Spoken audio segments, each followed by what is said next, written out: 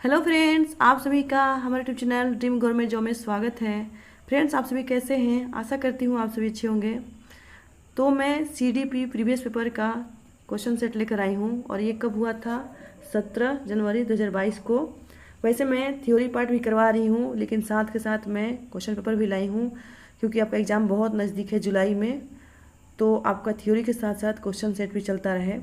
तो चलिए आइए देखते हैं। और एक बात और, मेरा इंटेंशन सिर्फ क्वेश्चन आंसर नहीं करवाना है, आपको पूरी तरह समझाना है कि आपका एक भी प्रश्न गलत ना हो सीटीपी के से रिलेटेड। तो मैं एक एक जो ऑप्शन है उसकी व्याख्या करती जाऊंगी, ठीक है। और वीडियो अच्छी लगी हो तो चैनल को लाइक, सब्सक्राइब एंड शेयर करें। तो चलिए ये देखते हैं सबसे पहला क्वेश्चन क्या है। हमारा सबसे पहला क्वेश्चन है, बालकों के व्यक्तिगत विकास के लिए विकासात्मक प्रतिमानों को उद्धृत करके सटीकता से व पक्के तौर पर भविष्यवाणी की जा सकती है।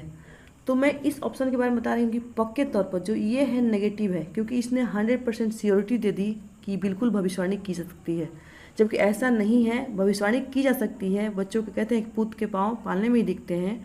तो हम बच्चों के स्टार्टिंग टाइम देख कर हम कुछ हद तक लगा सकते हैं, भविष्यवाणी कर सकते हैं, लेकिन सटीकता यानी कि 100% हम श्योरिटी के साथ नहीं बता सकते हैं कि कोई बच्चा कैसा बनेगा या क्या करेगा। तो यहाँ पर जो पक्के तौर है, कहीं ना कहीं आपको इससे सबसे पहले आपको एलिमिनेट करना चाहिए, इस ऑप्शन को आपको एलिमिनेट करना चाहिए। एक बात और, आप जब भी क्वेश्चन आंसर लगाएं तो एलिमिनेशन राउंड जरूर रखें, आपको एलिमिनेट करते जाना है गलत ऑप्शन को, आंसर अपने आप सही आंसर तक पहुँच जाएंगे। सेकेंड हमारा है, के लिए पूर्वानुमान बिल्कुल नहीं लगा सकता है। यहाँ पर बिल्कुल नहीं, ये भी अपने आप में गलत है, क्योंकि इसने बिल्कुल 100% नकार दिया। यहाँ पर 100% हाँ बोला था और यहाँ पर 100% ना बोला था, तो जो दोनों गलत है। हम तीसरा देखते हैं, के लिए कुछ हद तक पूर्वानुमान लगाया जा सकता है, परंतु सभी बच्चों के विकास की दर अलग अलग होती है। ये कुछ सही दिख रहा है। आगे हम बढ़ते हैं। आपको चारों ऑप्शन देखने के बाद ही आंसर करना है, फटाफट आंसर करके आगे नहीं बढ़ जाना है। आपको चारों ऑप्शन जरूर देखना है, एलिमिनेट जरूर करना है जो गलत है। हमारा चौथा है, अव्यवस्थित एवं असतत। तो अव्यवस्थित नहीं, बच्चों का जो विकास होता है वो सतत होता है और व्यवस्थित रूप से होता है, तो ये भी अपने आप में गलत है। फिर हमारा आंसर क्या होगा? ऑप्शन नंबर सी।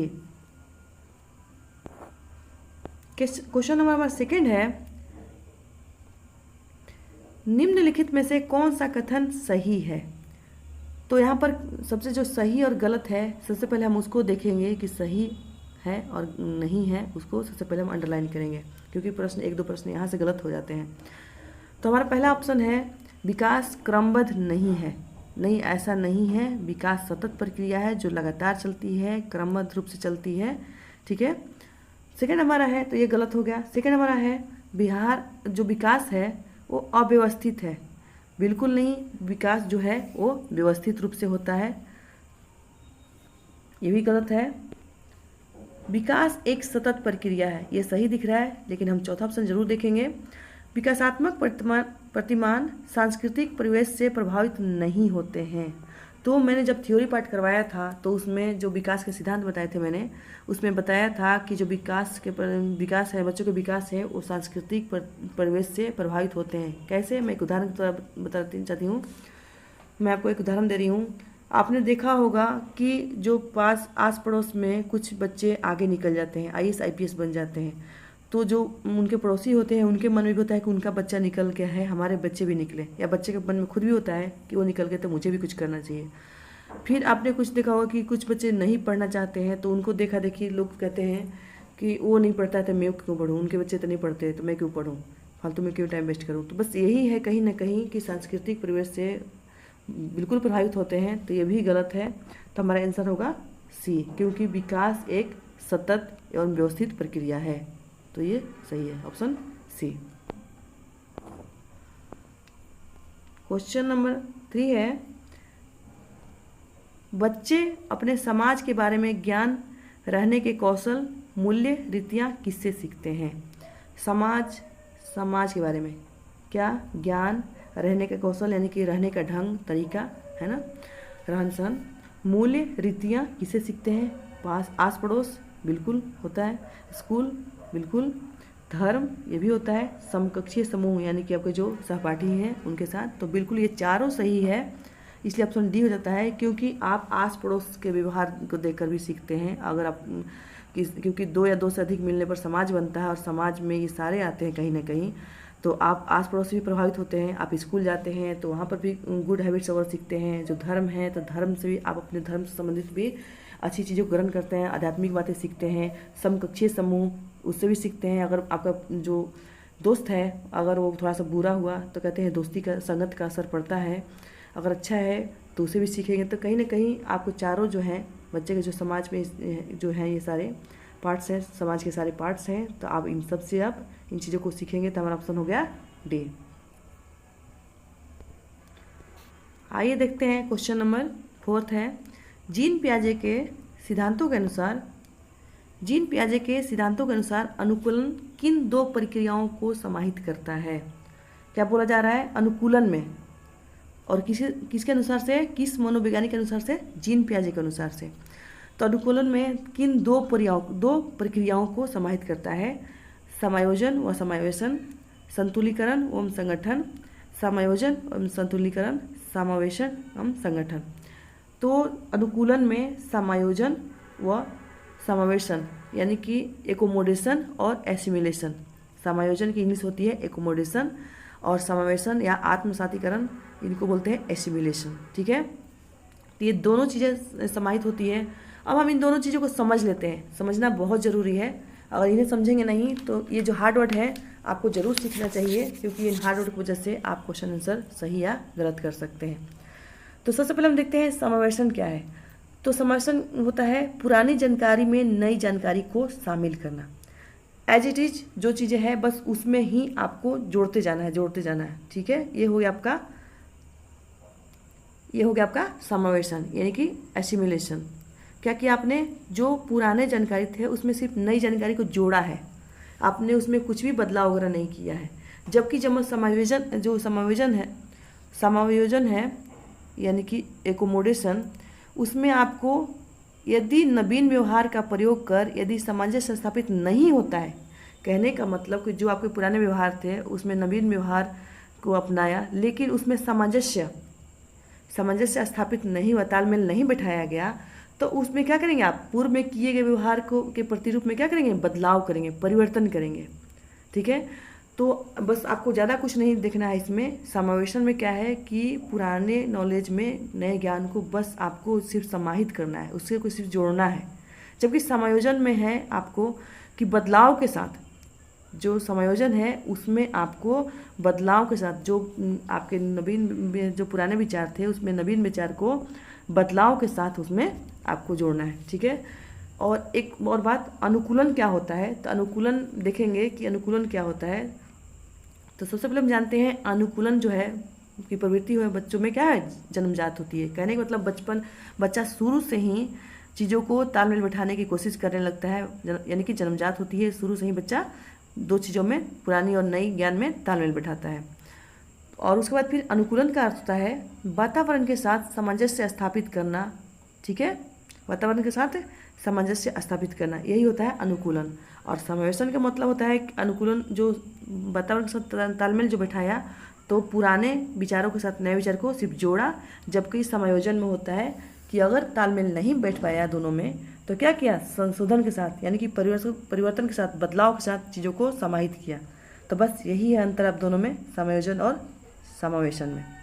समावेशन में एज इट इज बच्चा रखा, और जबकि समायोजन में बिल्कुल बदलाव किया, संशोधन किया। ठीक है, आई होप आप समझ रहे होंगे। क्वेश्चन नंबर 5 है, जीन पियाजे के संज्ञानात्मक विकास के किस स्तर पर बच्चे की लंबाई व भार जैसे गुणात्मक आधारों पर वस्तु को व्यवस्थित कर पाते हैं, परंतु अमूर्त संरचनाओं की संक्रियात्मक में कठिनाई महसूस करते हैं। तो आइए देखते हैं कि जो जीन पियाजे ने 4 अवस्थाएं बताई थी। ठीक है, संवेदी चालक, पूर्व संक्रियात्मक, मूर्त संक्रियात्मक और अमूर्त संक्रियात्मक। ठीक है, तो इसमें एक एज भी होता है। इनका एज होता है 0 से 2 वर्ष, इसका होता है 2 से 7 वर्ष, इसका होता है 7 से 11 और इसका होता है 11 से ऊपर। अब यहाँ पर मैं आपको एक कीवर्ड बता रही हूँ कि कैसे आप आंसर को पहचान करेंगे। यहाँ पर बोल रहा है बच्चे लंबाई और भार जैसे गुणात्मक आधारों पर, बच्चे लंबाई एवं भार जैसे गुणात्मक आधार पर व्यवस्थित कर पाते हैं। और यहाँ पर परंतु अमूर्त संरचनाओं में, तो जो अमूर्त संरचनाओं में क्या है, संक्रियात्मक कठिनाई महसूस कर रहे हैं, यानी कि नहीं कर पा रहे हैं। ठीक है, तो अमूर्त वाला जो है, अमूर्त वाला तो नहीं आएगा, उसके जो जस्ट पहले वाला होगा वही होगा, यानी कि मूर्त संक्रियात्मक होगा। संवेदी चालक में क्या होता है, बच्चे जो इंद्रियों के द्वारा सोचते पढ़ते हैं और जानते सुनते हैं। ठीक है, पूर्व संक्रियात्मक में ई रिवर्सिबिलिटी होती है, बच्चा शुरू से आगे तो बढ़ जाता है लेकिन पीछे अपने मूल स्थान पर नहीं आ पाता है। ठीक है, उसमें बच्चा समान जो चीज़ें होती हैं उसमें जोड़ देता है लेकिन वर्गीकरण नहीं कर पाता है। जबकि मूर्त संक्रियात्मक अवस्था में बच्चे लंबाई और भार जैसे गुणात्मक आधारों पर वस्तु को व्यवस्थित कर पाते हैं। तो हमारा ऑप्शन क्या होगा, सी।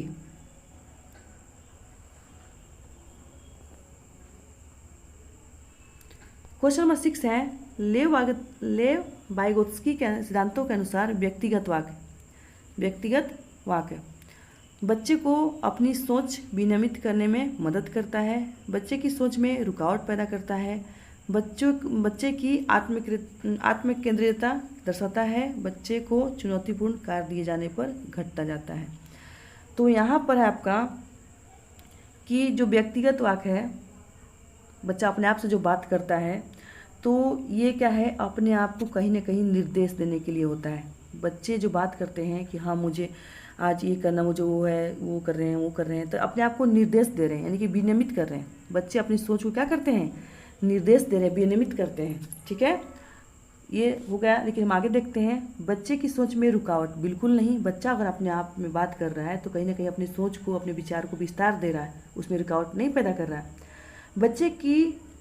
बच्चे की आत्मकेंद्रियता दर्शाता है, यानी कि यहाँ पर बताया गया आत्मकेंद्रियता यानी अपने आप में रहने वाला जो गलत है। ठीक है, बच्चों के चुनौतीपूर्ण कार्य दिए जाने पर घटता है, नहीं ऐसा कुछ नहीं है। चुनौतीपूर्ण कार्य देंगे तो बच्चा और भी संघर्ष करना सीखेगा, बच्चा और अच्छा करेगा, तो ये भी नेगेटिव है। लेकिन बोल रहा है पहला जो हमारा आंसर है, बच्चे की सोच, अपनी सोच विनियमित करने में मदद करता है, यानी कि बच्चा अपने आप को निर्देश देने के लिए व्यक्तिगत वाक्य करता है। क्वेश्चन नंबर 7 है,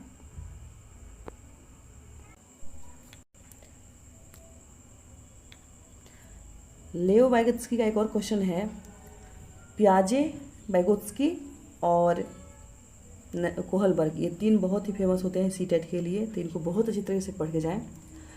जो थ्योरी पार्ट में करवाऊंगी आप उनको ज़रूर देखना, आपको क्वेश्चन करने में मदद मिलेगी, आपको समझ पैदा होगा, कॉन्सेप्ट क्लियर होगा आपका। तो चलिए देखते हैं, क्वेश्चन नंबर 7 है, लेओ वाइगोत्स्की के अनुसार शिक्षक बच्चों के अधिगम में किस प्रकार मदद कर सकता है। यहाँ पर बोला जा रहा है कि जो शिक्षक है बच्चों को अधिगम में किस प्रकार मदद कर सकता है। तो अगर आपने वाइगोत्स्की पढ़ा है तो ZPD और स्कैफोल्डिंग और MKO, ये तीन चीज़ें ही हैं जो बहुत ही फेमस है वाइगोत्स्की के सिद्धांत में, और मैंने इसको थ्योरी पार्ट करवा दिया है, नहीं देखा है तो वीडियो जाकर जरूर देखें, बहुत ही ईजी लैंग्वेज में समझाया गया है। तो इसमें देखते हैं ऑप्शन क्या है, ऑप्शन को हम कैसे एलिमिनेट करेंगे। उपयुक्त इनाम देकर, सबसे पहले मैं बता दूं कि जहाँ वाइगोत्स्की का बात आएगा वहाँ पर समाज की बात की जाएगी, सामाजिक सांस्कृतिक से प्रभावित होगा, तो आप क्या बोले, इनाम देकर उन्होंने कोई बात ही नहीं की है। सख्त सजा देकर, तो सख्त सजा देना तो सबसे बेकार है। आपको पता है कि पढ़ाई में आजकल जब से बाल केंद्रित शिक्षा आया है तो तब से आपको सख्त सजा को तो बिल्कुल साइड से आपको दिखते ही हटा देना ऑप्शन को। मदद की मात्रा व स्वरूप में बदलाव करके, आगे देखते हैं, उन्हें ब्लैक बोर्ड से सारे उत्तर नकल करवाकर, यहाँ भी ये नेगेटिव है, नकल करवाकर, आपको भी इसको एलिमिनेट करना है। अब हम ऑप्शन सी को समझते हैं कि इसमें बताना क्या चाहता है। मदद की मात्रा व स्वरूप में बदलाव कर, ZPD में मैंने बताया था आपको कि बच्चा अगर कहीं जाना चाहता है, सपोज करो मैंने सीटेट का उदाहरण दिया था कि आप सीटेट करना चाहते हैं, लेकिन ज़्यादातर आपने देखा है कि बच्चे 70 से 80 तक नंबर ला देते हैं, लेकिन उनको पास करने के लिए 90 नंबर चाहिए, तो बच्चे 80 से 90 वाला नहीं कर पाते हैं और बार बार ज़्यादातर हम 2-3 बार देने के बाद भी वहीं 80 तक ही ला पाते हैं। तो वहाँ पर कहाँ ज़रूरत पड़ी बच्चों की, सिर्फ 10 नंबर के लिए किसी की ज़रूरत पड़ी है, और वो ज़रूरत कहाँ से, वो किसी से भी बच्चा मदद ले सकता है।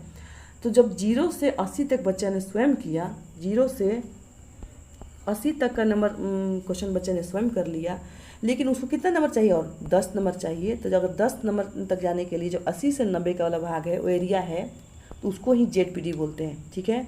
और वो भी उस एरिया के लिए भी कोई ना कोई उसे मदद करेगा।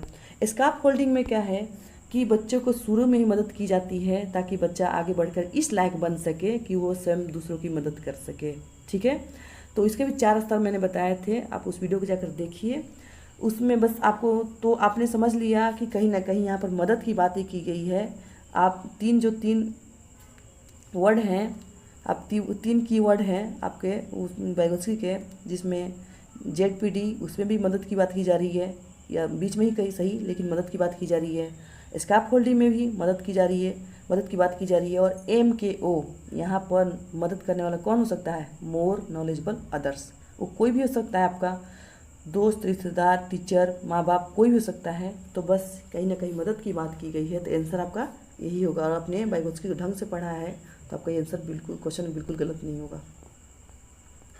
क्वेश्चन नंबर 8 है, पूजा अपनी दोस्त को कहती है कि हमें कक्षा के नियमों का पालन करना चाहिए, वरना शिक्षिका हमें बाहर खेलने की अनुमति नहीं देगी। पूजा लॉरेंस कोहलबर्ग के नैतिक विकास के किस चरण में है? तो मैंने अभी कुछ देर पहले बताया था कि आपको पियाजे, कोहलबर्ग और वाइगोत्स्की बहुत अच्छे से पढ़ के जाना है, 3-4 प्रश्न जरूर आते हैं। तो यहाँ पर क्या बोल रही है कि कोहलबर्ग के नैतिक विकास के चरण में बताया जा रहा है। विकास से संबंधित कोहलबर्ग ने 3 चरण और 6 अवस्थाएं बताई है। पहले चरण में 2 अवस्थाएं बताई है। पहले चरण है पूर्व परंपरागत, दूसरा हमारा है परंपरागत, और तीसरा है उत्तर परंपरागत। तो पहला जो पूर्व परंपरागत है उसमें आज्ञा पालन एवं दंड अभिविन्यास दिया गया है, ठीक है। उसमें पहले वाले में क्या गया है, आज्ञा पालन एवं दंड अभिविन्यास। इसमें क्या है कि बच्चा को लगता है कि अगर हम आज्ञा का पालन नहीं करेंगे तो हमें सज़ा मिलेगी, ठीक है। ये बच्चा कहीं ना कहीं बाहरी चीज़ों से प्रभावित होता है। और सेकेंड हमारा जो इस पहले में ही जो सेकेंड होता है, साधनात्मक सापेक्षवादी उन्मुखता, यानी कि इसमें होता है एक हाथ से लो और एक हाथ से दो। कहने का मतलब कि मैंने तुम्हारे लिए, सपोज करके कोई बच्चा है तो उसका किसी का पेन खराब हो गया है, तो आज उसने मदद किया, फिर कल उस बच्चे का पेन खुद का खराब हो गया, तो बोलेगा कि मैंने तुम्हारा, एक दोस्त है जो बोलेगा कि मैंने कल तुम्हारी मदद की थी, आज तुम मेरी मदद करो। कहने का मतलब कि एक हाथ से लो और एक हाथ से दो, ठीक है। तो यहाँ पर क्या, लेकिन 2 ही हैं, जो एक पहला चरण है पूर्व परंपरागत में, तो 2 चरण, उसमें 2 अवस्थाएं हैं। तो जो पहली अवस्था है आज्ञा पालन एवं दंड अभिविन्यास, तो यही होगा कि यहाँ पर क्या बोल रही है पूजा, क्या बोल रही है कि अगर हम नियमों का पालन नहीं करेंगे तो शिक्षिका हमें बाहर खेलने की अनुमति नहीं देगी। कहीं ना कहीं वो आज्ञा की बात करने कर रही है, आज्ञा पालन की बात कर रही है, नहीं तो क्या दंड से वो डर रही है, ठीक है। तो इसका आंसर यही होगा। और ये किसके अंतर्गत आता है, पूर्व परंपरागत के अंतर्गत आता है।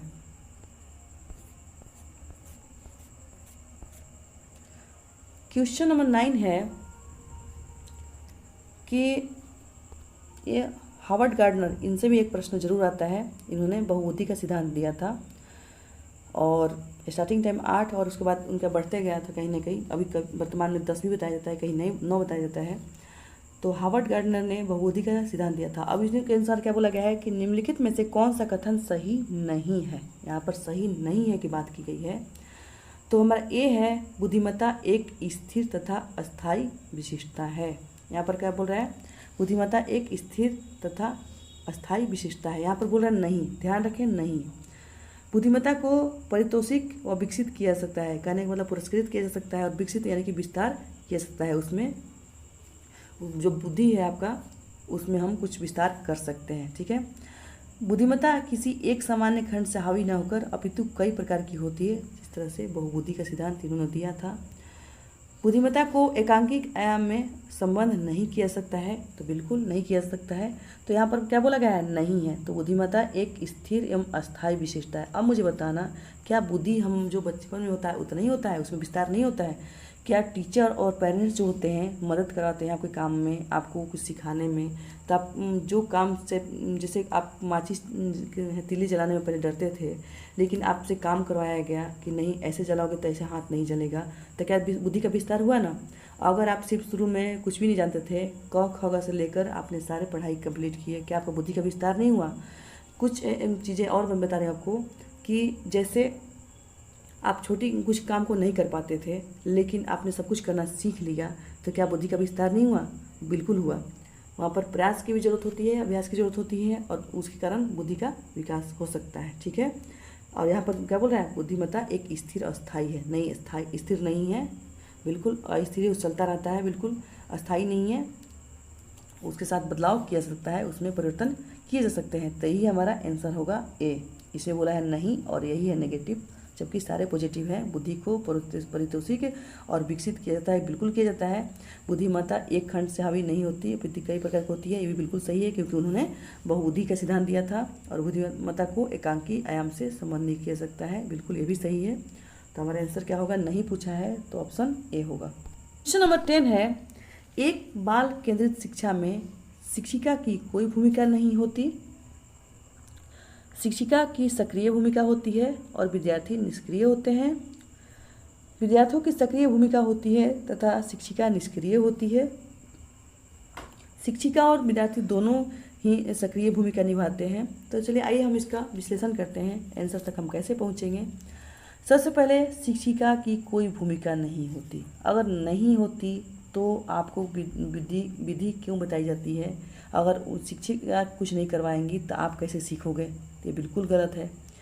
शिक्षिका की सक्रिय भूमिका होती है, यहाँ तक तो सही है, लेकिन विद्यार्थी निष्क्रिय होते हैं, बिल्कुल गलत है। क्योंकि आपको पता है आजकल बाल केंद्रित शिक्षा में बच्चों को एक्टिव रखा जाता है, बच्चा स्वयं करके सीखता है। आपने परियोजना विधि में भी देखा है कि बच्चे को स्वयं करने देता है। जिस काम में बच्चा स्वयं एक्टिव रहता है वो ज़्यादा अच्छे तरीके से सीखता है। तो यहाँ पर ये भी गलत हो गया, क्योंकि यहाँ पर विद्यार्थी को निष्क्रिय माना गया है। थर्ड हमारा है, विद्यार्थियों को सक्रिय भूमिका होती है, बिल्कुल होती है, लेकिन तथा शिक्षिका निष्क्रिय होती है। क्या शिक्षिका निष्क्रिय होगी तो क्या आप कुछ सीख पाएंगे? आपकी बुद्धि के अनुसार व्यवहार करते हुए कौन सिखाने का काम करता है? आपके आयु, बुद्धि, स्तर वगैरह देखकर आगे आपको बढ़ाने का कार्य कौन करता है? टीचर ही करते हैं। तो जाहिर सी बात है कि यहाँ पर टीचर भी सक्रिय होगा तभी आप सीख पाएंगे। तो हमारा आंसर यही होगा, शिक्षिका एवं विद्यार्थी दोनों ही सक्रिय भूमिका निभाते हैं, यही हमारा आंसर होगा। क्वेश्चन नंबर 11 है, कथन क्या है? कक्षाओं में लड़के गणित और विज्ञान में लड़कियों से कहीं बेहतर प्रदर्शन करने की क्षमता रखते हैं। लड़कों में लड़कियों की अपेक्षा गणितीय तर्क व वैज्ञानिक क्षमताएं सहज रूप से मौजूद होती है।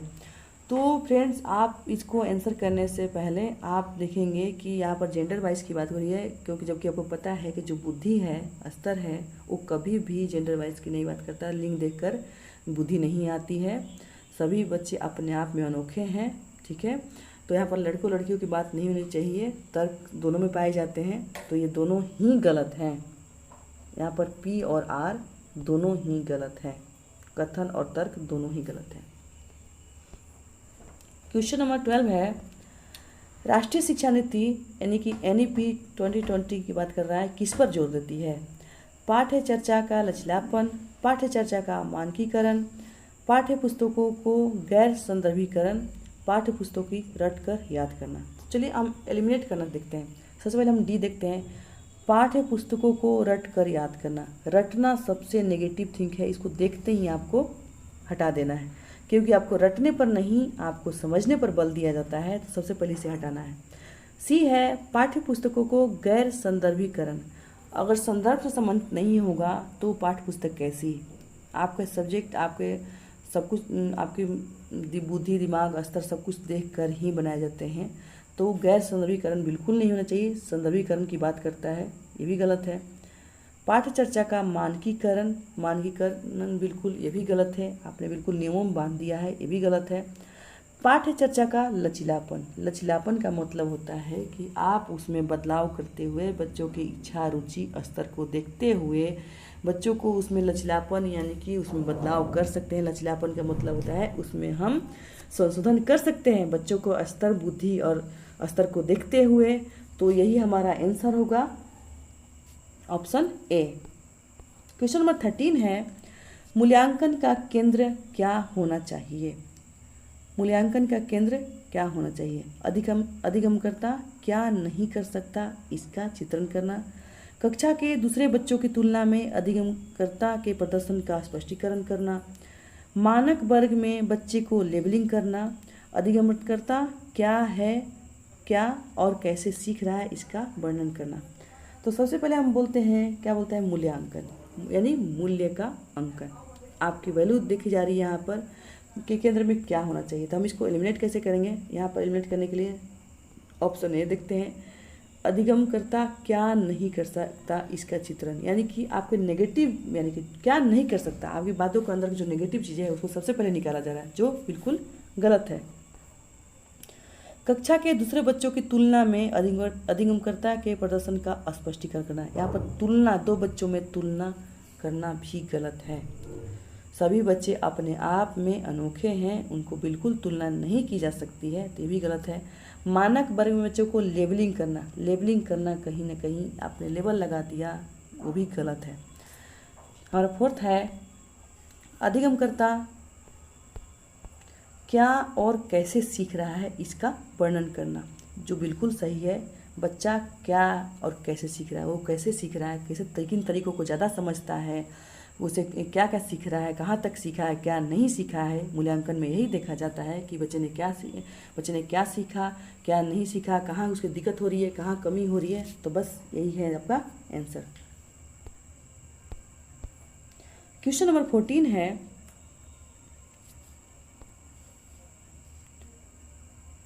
निम्नलिखित में से कौन सा विकल्प एक सामाजिक रचनावादी कक्षा कक्ष जिसमें बच्चों की व्यक्तिगत जरूरतों का ध्यान रखा जाता है की व्याख्या करता है? सामाजिक रचनावादी किसकी बात कर रहे हैं? जो कीवर्ड हैं, जो हार्ड वर्ड हैं, उनको देखते हुए चलेंगे और कीवर्ड को सबसे पहले अंडरलाइन करेंगे कि किसकी बात कर रहा है? सामाजिक रचनावादी। समाज यानी कि दो या दो से अधिक लोग जब मिलते हैं तो समाज बनता है। रचनावादी यानी कुछ क्रिएटिव करने की बात करिए, कुछ निर्माण करने की बात की जा रही है। चलिए आइए देखते हैं। अब देखते हैं, ऑप्शन नंबर ए है बैठने की तय व्यवस्था। सेकंड है शिक्षकों का केवल निर्देश देना और बच्चों से पूर्ण आज्ञा पालन की अपेक्षा करना। हमारा सी ऑप्शन है बच्चों द्वारा तथ्य का स्मरण करना। डी है बच्चों को आपस में चर्चा करते हुए समूह में कार्य करना। तो अगर आपने समाज वर्ड पढ़ लिया होगा तो मुझे लगता है कि आपको कहीं ना कहीं दिक्कत नहीं आएगी आंसर करने में। फिर भी मैं इसको समझाती हूँ, इस एक एक ऑप्शन को। बैठने की तय व्यवस्था नहीं, बैठने की तय व्यवस्था बिल्कुल नहीं होनी चाहिए। आगे पीछे उनके जगह जरूर बदलते रहना चाहिए। किसी बच्चे को हो सके एक आँख की प्रॉब्लम हो, उसको नहीं दिखाई देती हो तो हम उसको पीछे बैठा देंगे, ऐसा कुछ नहीं है। कोई बच्चा बहुत जल्दी समझता हो तो सिर्फ हम उसको ऐसी जगह पर नहीं बिठाएंगे कि जिससे हम जल्दी जल्दी बातें करते रहें, हमेशा बात करते रहें, उसको समझाते रहें। बिल्कुल ऐसा नहीं होना चाहिए, तय बिल्कुल नहीं चाहिए होना चाहिए। उसके जो व्यवस्था है बैठने का वो बदलते रहना चाहिए। बी हमारा है शिक्षकों को केवल निर्देश देना नहीं, शिक्षकों को केवल निर्देश नहीं दे सकते। और आज्ञा पालन बिल्कुल नहीं, आज्ञा पालन तो ऐसा नहीं है। आपको आज्ञा पालन है सही जगह पर, लेकिन बिल्कुल आप बिल्कुल बोलेंगे कि हम जो बोल रहे बच्चा बिल्कुल वही करे, जो ये भी गलत है। आज्ञा पालन नहीं। बच्चों द्वारा तथ्यों का स्मरण करना रटना अपने आप में गलत है। लेकिन यहाँ पर समाज की बातें है, समाज के द्वारा निर्माण करने की बात हो रही है, तो बच्चों का आपस में चर्चा करते हुए समूह में कार्य करना।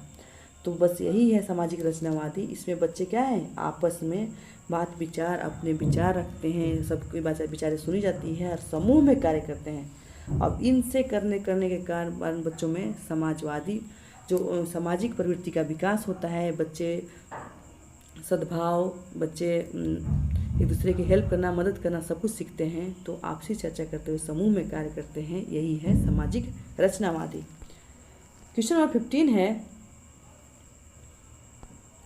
निम्नलिखित में से कौन सा प्रश्न कक्षा में समालोचनात्मक सोच को बढ़ावा देने का सही उदाहरण है? समालोचनात्मक, इसको मतलब समझते हैं कि समालोचनात्मक मतलब क्या होता है। तो इसका मतलब होता है कि गुण दोषों दोनों विचारों को बात करते हुए उस किसी रिजल्ट पर पहुंचना।